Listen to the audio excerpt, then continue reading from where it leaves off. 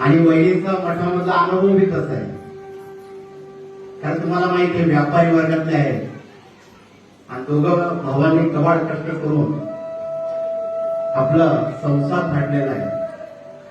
वहिनी मठामध्ये यायचं, त्यांचं शिक्षण बी झालेलं होतं आणि ओबीसी असल्यावर लवकर नोकरी बी मिळत नाही.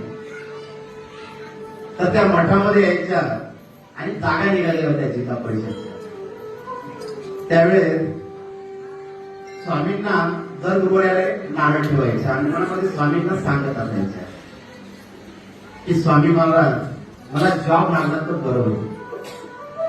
त्यांचे असे 5 नारळ पूर्ण झाले आणि त्यांना जॉबचं लेटर आलं आणि सिंधुदुर्ग जिल्ह्यामध्ये एका खेड्यागावात त्यांना शिक्षिकेची पदवी म्हणून नोकरीवर आरतीसाठी सिंधुदुर्ग त्या इथं आल्या. ही स्वामींची कृपा.